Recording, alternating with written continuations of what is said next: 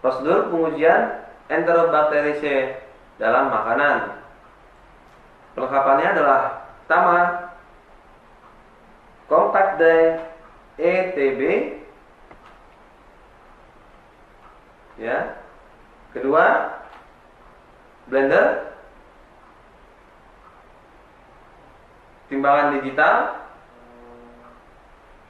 air salin,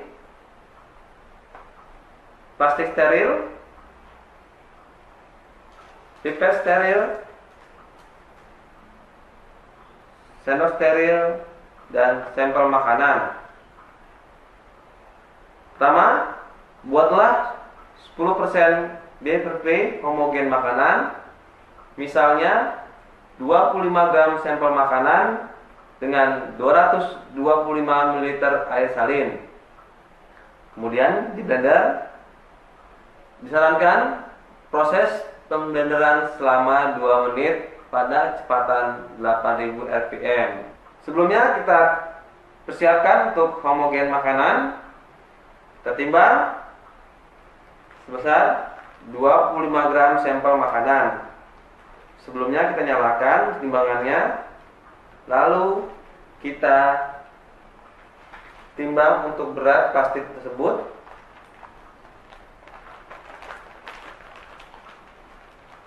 Atau kita tarakan agar nilai plastik tersebut 00.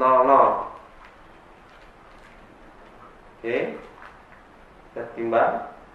Untuk plastik ini beratnya 4,57 gram. Kita tarakan agar menjadi 0. Oke, sudah 00. Lalu sampel makanan kita timbang. Mudah-mudahan beratnya cukup. Berat 25 gram. Oke. Berarti sudah mencapai 25 gram. Kemudian kita siapkan air salin sebanyak 225 ml untuk dimasukkan ke dalam blender. Oke, kita siapkan.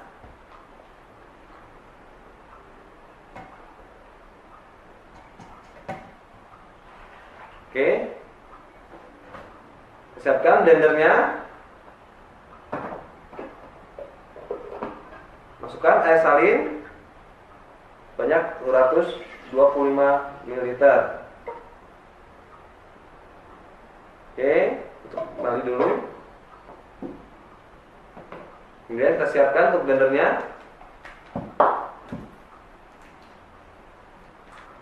Kemudian kita blender.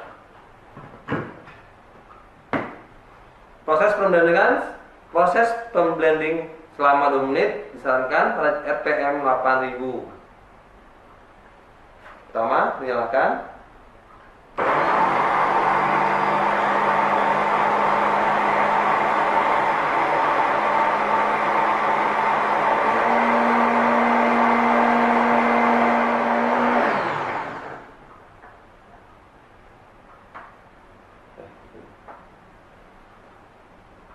Setelah 2 menit kita blender untuk homogen makanan.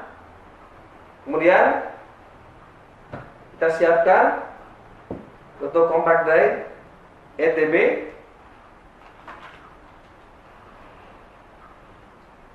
Kita ambil secukupnya.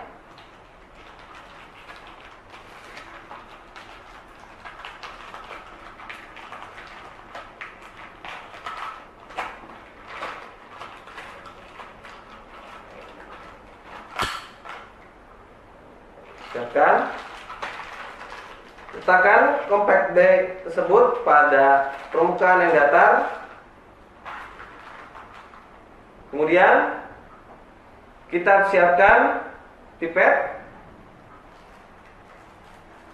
Kemudian kita transfer untuk homogen makanan tadi ke dalam ruang compact dye ini. Oke. Bisa dinamakan untuk sampel makanan ini pada pengujian yang kita lakukan pada bagian compact dye. Kita buka penutup blender ini. Kemudian kita ambil pipet steril, masukkan ke dalam compact bag sebanyak 1 ml.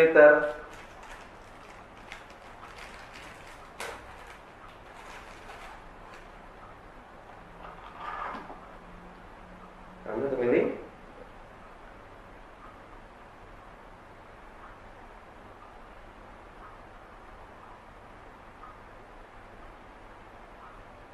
Oke. Kemudian kita masukkan ke dalam ke bagian tengah 1 ml dalam compact bag. Tutuplah kembali.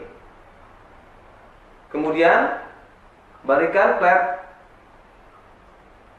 dan diinkubasi pada suhu 30 derajat Celcius plus minus 1 derajat Celcius selama 24 jam, kurang lebih 2 jam. Hitunglah jumlah koloni berwarna merah atau ungu yang terbentuk dari bagian belakang flap. Pemasangan kertas putih di bawah flap akan memudahkan perhitungan. Contoh gambar koloni ditampilkan pada gambar di bawah ini.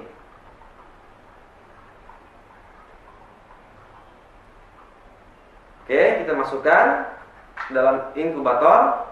Kita lihat suhu pada inkubator apakah telah mencapai 37 derajat Celcius. Oke, bila sudah kita masukkan. Kemudian kita tunggu selama 24 jam plus minus 2 jam untuk mendapatkan jumlah enterobacter dalam 1 gram sampel makanan. Dilakukan sebagai berikut. Sampel makanan 25 gram ditambah 225 ml air salin atau 10% homogen makanan dibagi jumlah enterobacter per gram sampel makanan dalam CFU per gram sampel makanan sama dengan jumlah koloni enterobacter yang terbentuk pada flap dikali 250 per 25. Today I'm going to demonstrate how to work through a sputum culture that's been identified as having Haemophilus influenzae. So let's get started. The first thing I do is put the plates side by side in front of me. And I always lift up the blood and the chocolate side by side. And that's to compare the growth requirements. Remember that Haemophilus requires enriched conditions, not only the media but the CO2. And it doesn't grow well on a blood agar plate without the help of a staph streak. So side by side, you should be able to determine if there's a colony growing in abundance on the chocolate plate that you don't see in similar size on the blood plate. When I look at these two plates, I see this colony right here. It's a medium-sized gray or tan colony that's growing in the at least as a +3 amount of growth.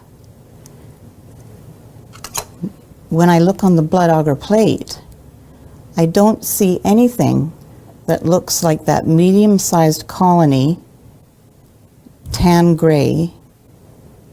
The only things I see mostly on that plate are alpha hemolytic organisms and some non-hemolytic organisms. Now, if I was suspicious about any of those alpha hemolytic organisms being a possible concave or more wet-looking colony, I would at least do a colony smear today. If it's showing gram-positive cocci in very pleomorphic forms, I would probably assume it's going to be a viridans, and I wouldn't do anything with that colony. So when I'm correlating the growth between the plates, that gray tan colony is not on the blood, it's present in good amounts on the chocolate. There's no growth on the mac, so I'm going to assume that that colony on my chocolate could be haemophillus. And I start with touching the colony that I will have circled, just barely touching it, delivering it to the plate, and then streaking in 4 directions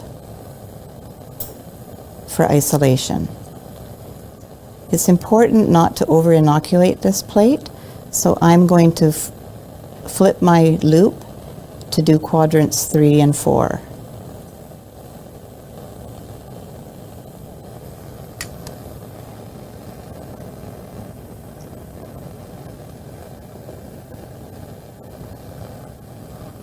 The staff streak is just barely touched as well with your loop. And I'm going to show you the X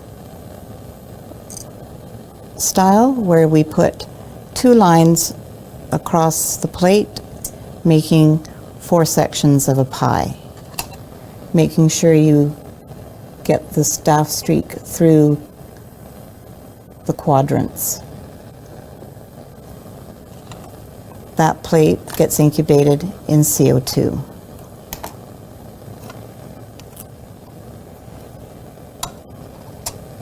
The next test to do is the porphyrin with a chocolate plate purity plate. Porphyrin can be inoculated with a swab.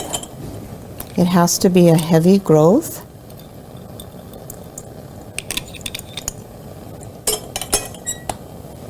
So you do need to take a few colonies.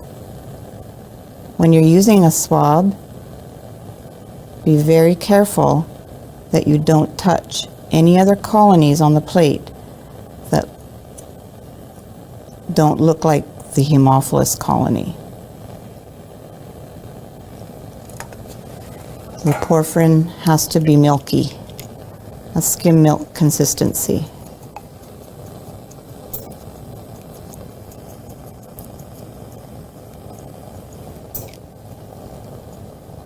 So that should be fine. And that goes into ambient. And take a loop full of that porphyrin substrate. And I inoculate the chocolate purity plate.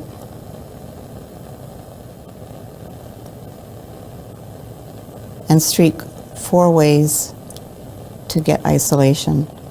In this case, I'm going to use the 2-loop method because the porphyrin tube is very heavy and I want to get isolated colonies to prove that my ALA is pure.